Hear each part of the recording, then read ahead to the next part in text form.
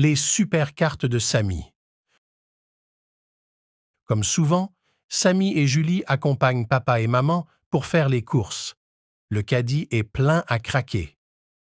Ces 4 sortes de pâtes sont-elles indispensables? Demande maman. N'oublie pas que je suis un très grand cuisinier, lui répond papa. En même temps que le ticket de caisse, la caissière tend une pochette de cartes. De retour à la maison, Samy ouvre la pochette et observe ses cartes monstres une à une.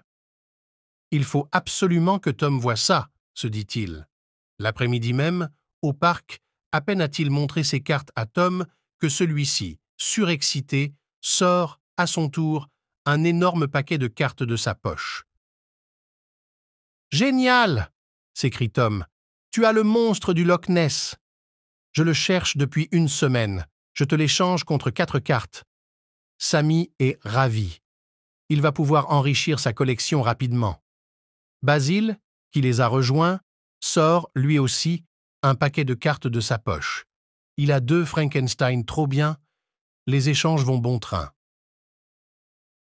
En fin de journée, triomphal, Samy montre à toute la famille son paquet de cartes qui, en un après-midi, a considérablement augmenté.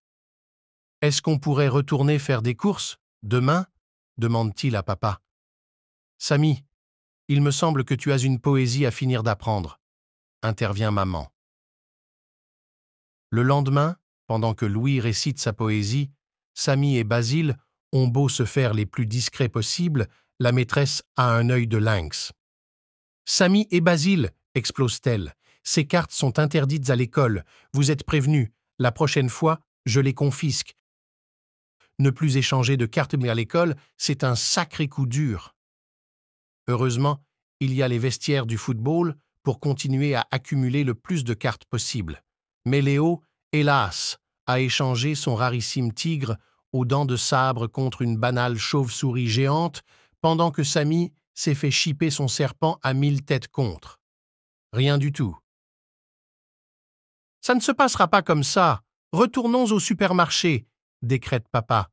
Mais papa a beau acheter 24 yaourts et 60 rouleaux de papier toilette, le serpent à 1000 têtes ne veut toujours pas réapparaître.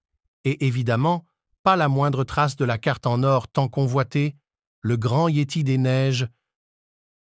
Tom a sa collection quasi complète, il ne lui manque plus que 2 cartes. Samy est désespéré.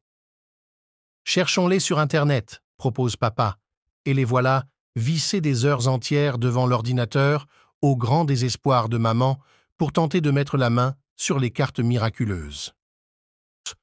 Bon, eh bien, puisqu'il n'est plus possible d'évoquer autre chose que ces monstres abominables dans cette maison, Julie et moi partons à la patinoire.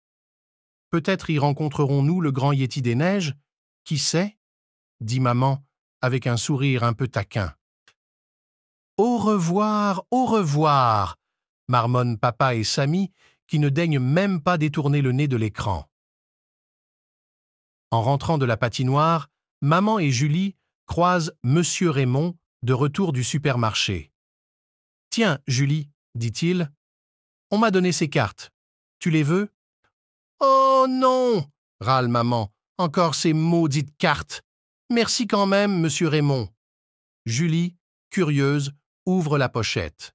« Maman !» hurle-t-elle. « Le Yéti !»